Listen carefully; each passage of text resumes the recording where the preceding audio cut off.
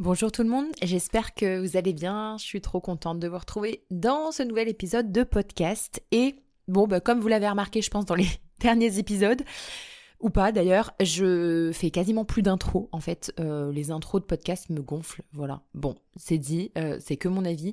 En même temps, je trouve ça super et très pro. Et en même temps, moi, quand j'écoute du podcast, parce que je suis quand même une grande consommatrice de podcast, j'ai tendance à sauter cette partie-là, à faire un x2 parce qu'en fait j'écoute plus. Voilà. Bon, bref, du coup, désolée s'il y a des personnes qui me découvrent via ce podcast et qui du coup ne savent absolument pas de quoi on parle sur ce podcast-là.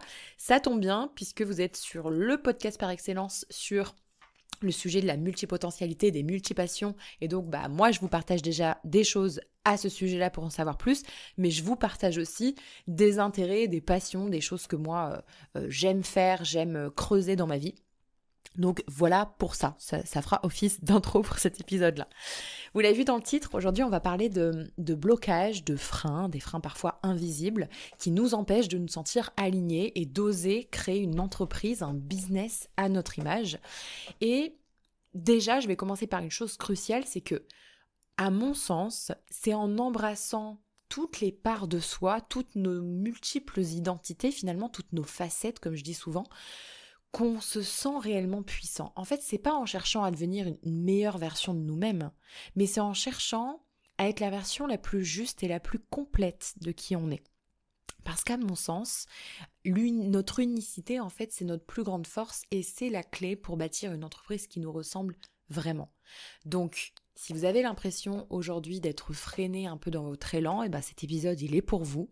Et je vais vous donner les 5 grands freins, grands blocages qui peuvent vous limiter, vous empêcher vraiment de vous épanouir en tant qu'entrepreneur multipassionné, multipotentiel ou bien autre chose, parce qu'au final, je me rends compte que ça reste une étiquette de plus et peu importe si vous vous reconnaissez dedans, en tout cas en tant qu'entrepreneur qui a envie de faire plein de choses, a plein d'idées et qui est intéressé en fait par plein de sujets qui sont parfois très différents. Le frein numéro 1, celui que j'ai remarqué forcément, et je vais commencer d'un ordre logique, forcément c'est le manque de clarté. Le manque de clarté, honnêtement, c'est probablement le frein le plus fréquent chez les entrepreneurs de façon générale quand même, et particulièrement chez les multipassionnés. Parce que quand tu es quelqu'un qui a 1000 idées à la minute, des passions dans tous les sens et que tu veux toucher à tout, c'est facile de s'y perdre. Et tu te lèves un jour en te disant que tu vas te concentrer sur un projet, puis le lendemain, tu as une idée aussi brillante qui te traverse l'esprit et te voilà en train de réorganiser tout ton emploi du temps pour suivre cette nouvelle piste. Donc là, je pense que tu te reconnais. Moi, ça a été mon cas pendant longtemps. Et ce manque de clarté, c'est un petit peu comme essayer de conduire une voiture dans le brouillard. En gros, t'avances, mais tu sais pas trop où tu vas, tu vois. Et le pire, c'est que même quand t'es super motivé, cette énergie, elle se disperse dans toutes les directions. Et sans direction claire, c'est vraiment compliqué d'avoir des actions qui vont te mener quelque part. En gros, tu vas faire un petit peu de tout, mais il n'y a rien qui va vraiment progresser. Tu vois, et à la fin de ta journée, tu as la sensation d'avoir touché à pas mal de choses, mais t'es pas non plus complètement épanoui. Et je vous rassure, ça peut m'arriver encore de temps à autre, mais il y a des petites choses pour ça. Parce que je me dis, mais j'ai travaillé, j'ai passé 6 heures devant mon ordi, mais j'ai fait quoi concrètement, en fait? J'ai commencé plein de choses, mais je les ai jamais trop terminées. Donc en fait, ce que ça crée, c'est un effet boule de neige de frustration parce que chaque jour, tu vas te sentir un peu plus débordé parce que tu as l'impression d'avancer nulle part. Tu vas travailler beaucoup. Tu vas avoir vraiment cette impression de faire du surplace. C'est hyper désagréable, hein. Je vous le dis, moi, ça peut m'arriver encore certaines journées de ressentir ça et c'est que je sais qu'à ce moment-là, je manque de clarté. Et d'ailleurs, au moment où j'enregistre cet épisode, j'ai pris une petite semaine de off. Alors je dirais pas des vacances totales parce que ça serait vous mentir. J'ai quand même travaillé une petite demi-heure à peu près par jour. À peu près. Il y a des jours où 2 jours de suite où j'ai rien fait. Attention, c'est assez c'est assez rare. Euh, mais ça m'a permis quand même d'avoir beaucoup plus de clarté parce que justement, avant de prendre cette semaine off, là ça faisait quelques semaines qu'avec le lancement de mon livre, etc., j'ai pas mal de projets sur le feu. Il y a l'Académie des Multis qui revient là en novembre. Enfin voilà, j'ai beaucoup de choses, de gros projets, gros lancements qui soit sont en cours, soit arrivent, ce qui fait que du coup je me sentais un peu submergée, mais pas un manque de clarté vraiment sur qui je suis et ma vision, Ma vision, au contraire, je l'ai, elle me fait tenir, mais c'était plus sur le moment, en fait, vous voyez, sur le moment, sur les tâches que j'avais à faire, ce qui fait que des fois, je passais du temps devant mon ordi, en fait, je faisais rien et ça me frustrait trop. Donc, ce que ça crée dans votre business, c'est que ça se traduit par de la confusion chez vos clients potentiels parce que votre message, il n'est pas clair, parce que vous-même, vous n'êtes pas clair sur ce que vous voulez faire. Votre positionnement, il devient flou et les gens ont du mal à comprendre qui vous êtes et ce que vous proposez. Et dans un monde où l'attention est de plus en plus fragmentée, on va se le dire, si votre message, il n'est pas simple et direct, les gens, ils vont juste passer leur chemin, ce qui est normal. Donc, la solution, on va dire, pour déjà sortir de cet état-là, c'est d'aller clarifier votre vision, je vous ai un peu spoilé avant, et d'aller clarifier vos priorités. En fait, l'idée, c'est que vous puissiez vraiment définir qu'est-ce qui est essentiel pour vous. Et il ne s'agit pas de tout faire en même temps, mais de trouver les priorités qui vous nourrissent vraiment. Donc, allez travailler sur plusieurs étapes, d'aller définir votre vision à long terme. Qu'est-ce qui compte vraiment pour vous? C'est quoi qui vous fait vibrer au plus profond de vous-même? Quelles sont les valeurs et les objectifs qui guident vos choix, que ce soit dans votre business ou dans votre vie personnelle? Puis là, vous pouvez répondre déjà à ces questions-là.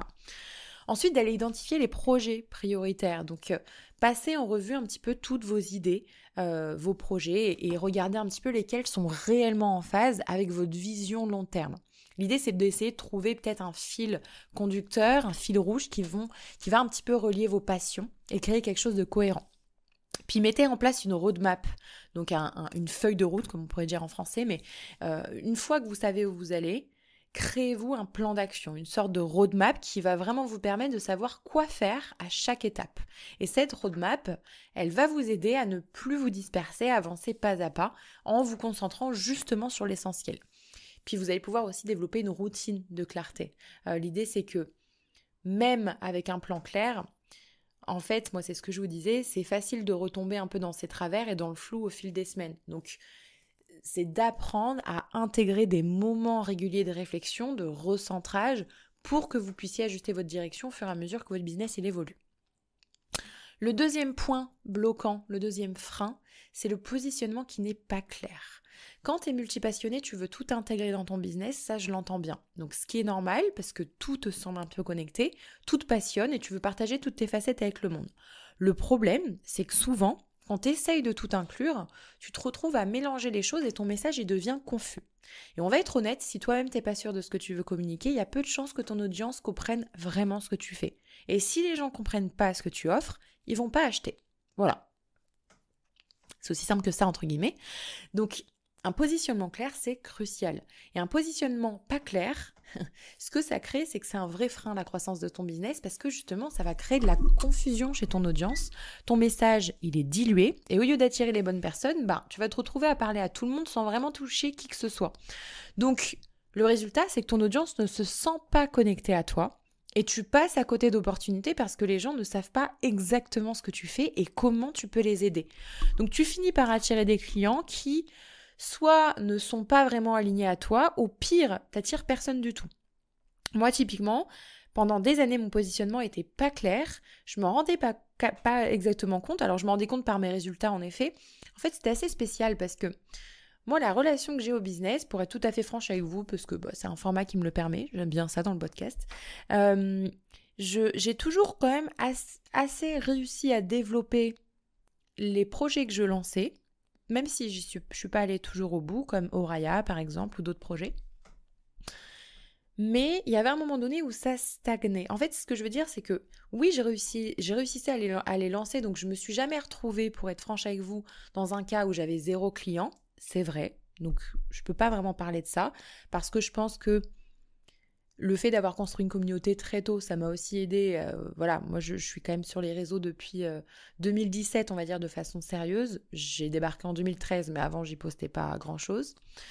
Mais du coup, ça m'a toujours un petit peu sauvée. Mais cependant, j'aurais pu faire bien plus à certains moments. Il y a des moments où je stagnais, voire même mon chiffre d'affaires déchanté quand même, ça m'est arrivé.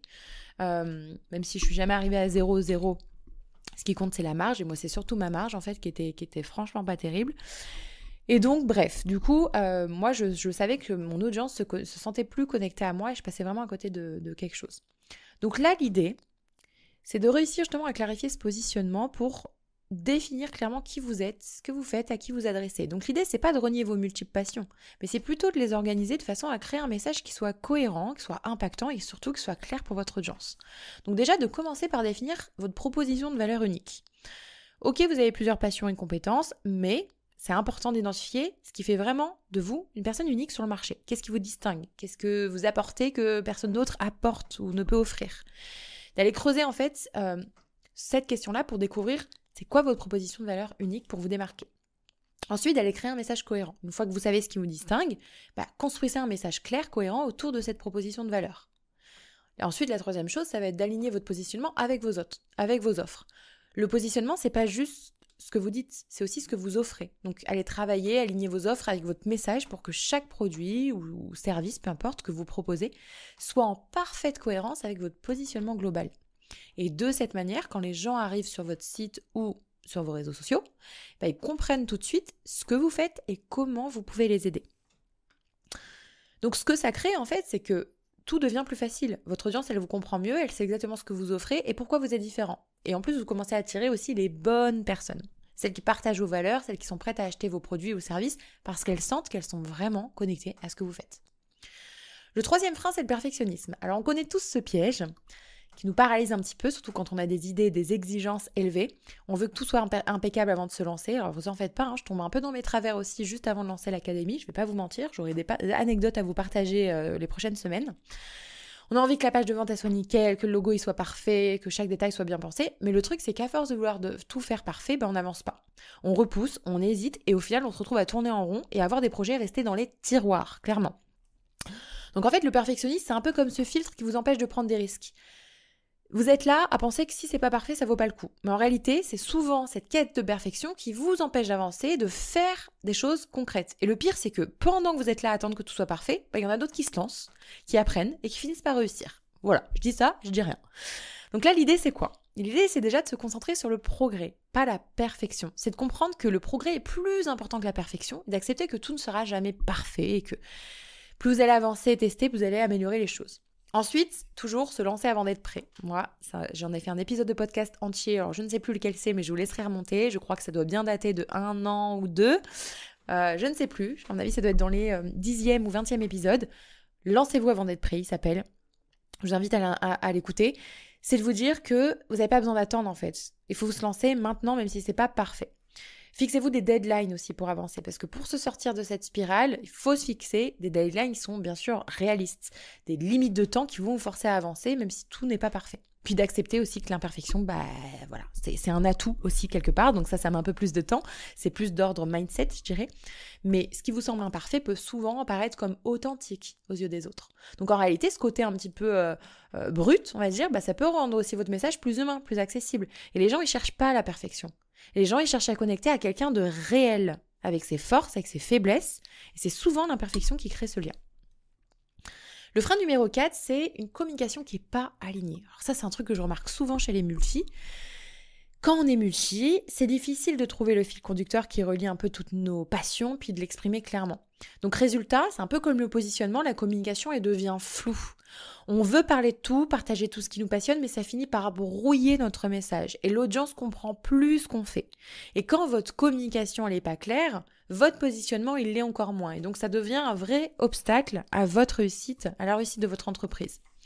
Donc ce que ça crée, c'est que ça donne l'impression que vous êtes perdu en réalité, que vous ne savez pas vraiment ce que vous faites. Et ça éloigne votre audience parce qu'ils ne savent pas s'ils peuvent vous faire confiance, ils ne savent pas s'ils doivent investir dans ce que vous proposez, ou même carrément si vous êtes la bonne personne pour les aider. Donc ça, c'est hyper frustrant. Donc résultat, ils passent leur chemin. Alors que ça se trouve, vous avez une offre et un produit de malade mental. Et j'en doute pas, c'est souvent le cas. Enfin, c'est souvent un truc que j'ai observé chez mes clientes. C'était rarement le problème de l'offre, c'était souvent le message, la communication, le positionnement, ce genre de choses. Donc comment se sortir de ça? Clarifiez votre message. C'est la première étape. Prenez le temps de vous poser et de définir clairement ce que vous voulez dire, ce que vous voulez transmettre. C'est quoi au juste votre vision? C'est quoi la transformation que vous proposez à votre audience? Qu'est-ce qui vous rend unique? Faut que vous soyez capable de résumer ça en une phrase simple, percutante, sans vous disperser. Et une fois que vous avez cette clarté, votre communication sera beaucoup plus fluide, beaucoup plus alignée. Ensuite, la deuxième chose, c'est d'aligner vos passions avec vos business. Alors, Attention, je le répète, être multipassionné, ça signifie pas tout mélanger en même temps et tout foutre à l'intérieur, entre guillemets. Il s'agit juste de trouver des connexions, s'il y en a, entre vos différentes passions que vous souhaitez monétiser. Il faut déjà faire le tri sur ce que je veux monétiser via ce que je veux pas, et de les exprimer de manière cohérente. Donc l'idée, c'est pas de tout faire en même temps, mais c'est de choisir une direction qui représente vos valeurs et d'intégrer vos passions autour de cette vision. Vous pouvez très bien être une entrepreneur qui parle à la fois de business et de bien-être, à condition de montrer le lien entre les deux, puis d'en faire une force dans votre message. D'utiliser aussi un langage qui résonne. La communication claire, ça passe par un langage simple. Parfois, on a tendance à vouloir trop en dire, à faire un peu d'avoir le syndrome de l'expert, vous voyez, utiliser un langage compliqué pour se rendre crédible, alors qu'au final, ça fait juste que brouiller encore plus notre message. Donc, utilisez des mots que votre audience, elle comprend, qui leur parlent, et que eux-mêmes, je dirais, ils utilisent. Comme ça va refléter vraiment le fond de votre message, puis ça sera beaucoup plus simple. Puis soyez cohérente aussi sur toutes vos plateformes ou tous les supports que vous utilisez. Essayez d'avoir le même message partout, c'est mieux. Le 5e frein, et le dernier, c'est... Alors ça va peut-être un peu vous surprendre, c'est un truc que j'ai vraiment compris et surtout remarqué chez mes clientes, c'est le système nerveux dérégulé. En fait, quand on est multi, ça sous-entend aussi qu'on peut être submergé. Donc souvent, on se retrouve dérégulé. Et le truc, c'est que, en fait, quand on a un système nerveux dérégulé, comment vous expliquer ? On se retrouve à faire des actions qui sont complètement désalignées. Genre typiquement, moi, ce que j'ai remarqué, c'est que le système nerveux dérégulé, il crée vachement de friction au niveau de la vente.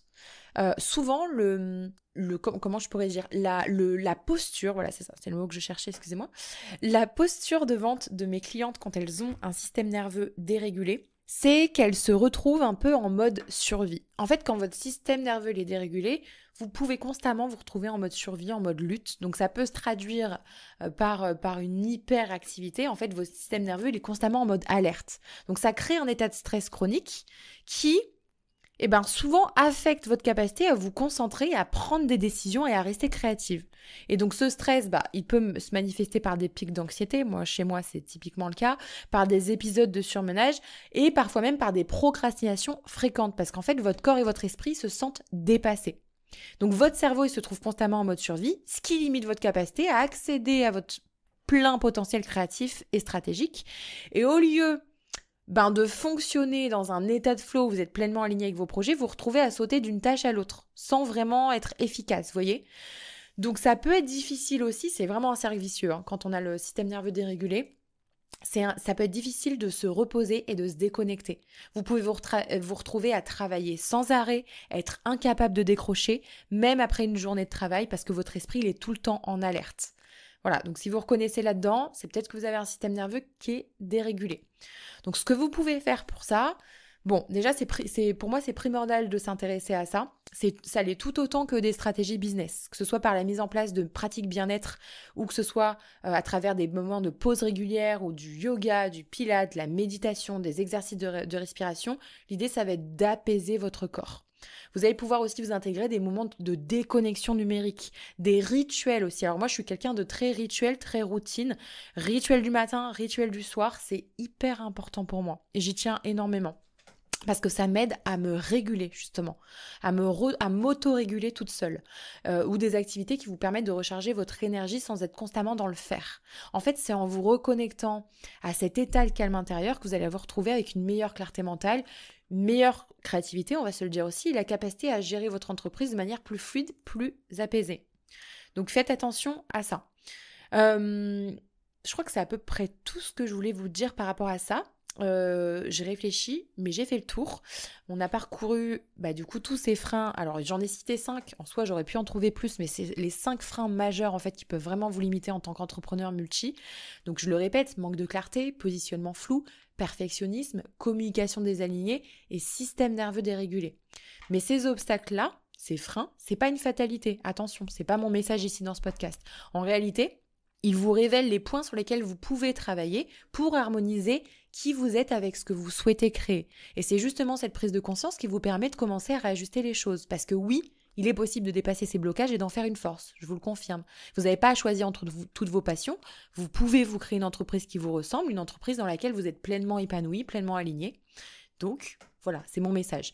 Je tiens d'ailleurs à vous annoncer un truc bien cool, c'est que très bientôt, restez connectés, vous êtes un peu les premiers à le savoir, je vais organiser un événement unique. C'est pas une masterclass, c'est pas un webinaire, c'est un truc que j'ai jamais fait, voilà.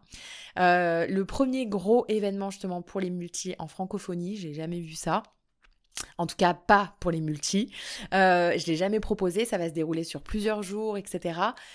Bon, je vous en dirai plus, les inscriptions vont ouvrir bientôt, il y aura un nombre limité, évidemment, comme très souvent, mais je vous en dirai plus, ça, parce que ça peut être un vrai game changer pour vous, pour votre entreprise surtout.